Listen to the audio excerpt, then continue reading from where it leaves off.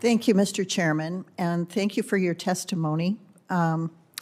If you were in my seat today instead of your seat, what documents or unanswered questions would you seek from Facebook, especially as it relates to children, but even generally speaking? I think any research regarding what Facebook does problematic use, i.e. the addictiveness of the product, is of vital importance. And anything around what Facebook knows about parents' lack of knowledge about the platform. I only know about the documents that I have seen, right? I did not work on teens or child safety myself. But in the documents that I read, Facebook articulates the idea that parents today are not aware of how dangerous Instagram is. And because they themselves did not live through these experiences, they can't coach their kids on basic safety things.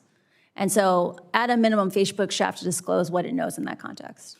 Okay, so we're trying to protect individuals' data that they're gathering, have data privacy, but have transparency in the manner in which the data is used. Can we bridge that gap? Imagine, I think reasonable people can have a conversation on how many people need to see a piece of content before it's not really private.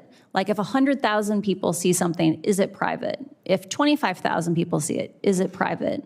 Just disclosing the most popular content on the platform, including statistics around what factors went into the promotion of that content, would cause radically more transparency than we have today on how Facebook chooses what we get to focus on, how they shape our reality.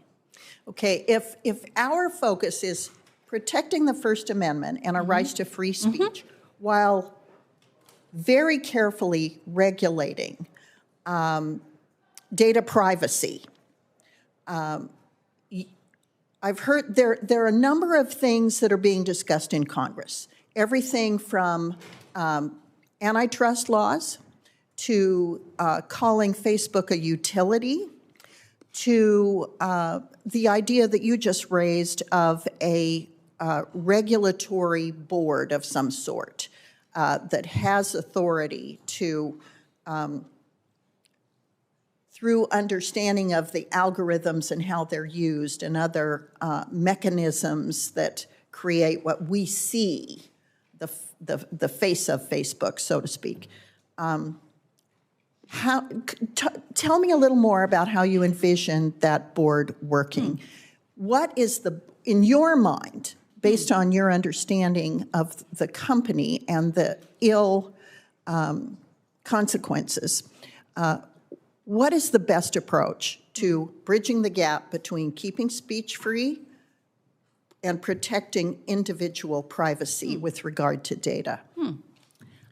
So I think those issues are, they're independent issues. So we can talk about free speech first, which is having more transparency. Like Facebook has solutions today that are not content-based. And I am a strong advocate for non-content-based solutions because those solutions will also then protect the most vulnerable people in the world. In a place like Ethiopia where they speak 6 languages, if you have something that focuses on good ideas and bad ideas, those systems don't work in diverse places. So investing in non-content-based ways to slow the platform down not only protects our freedom of speech, it protects people's lives. The second question is around privacy. And this question of how can we have oversight and have privacy?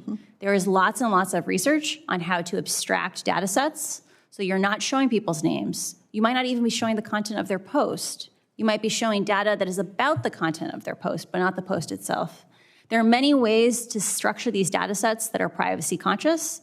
And the fact that Facebook has walled off the ability to see even basic things about how the platform performs, or in the case of their past academic research, releasing inaccurate data, or not being clear about how they pulled that data, is just part of a pattern of behavior of Facebook hiding behind walls and operating in the shadows. And they have far too much power in our society to be allowed to continue to operate that way.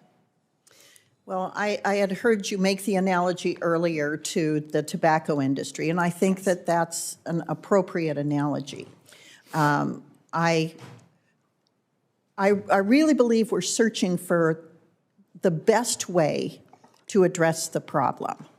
And I'm not sure that it is the heavy hands, like breaking up companies or calling them a utility,